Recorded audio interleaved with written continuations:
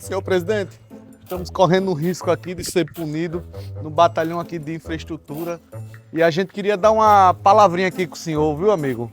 Chamar os amigos aqui, ó. Presidente, é o seguinte, a gente não tá preparado para essa guerra não, vamos deixar de conversa. Ajuda a gente tem essa obra aqui, ó, na Vila Militar. O Major pediu pra gente terminar, se a gente não terminar a tempo, é punido.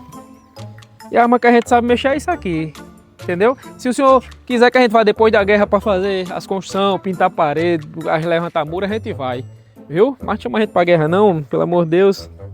A única coisa que eu sei fazer é trabalhar com bitoneira, bazuca, não é minha situação não. Já pensou se eu levo um tiro, tu vai me carregar? Não senhor, não senhor, um homem desse toma um tiro, presidente, é necessário 4 pessoas para levar ele, sem contar que ele come bastante, come mais do que o batalhão.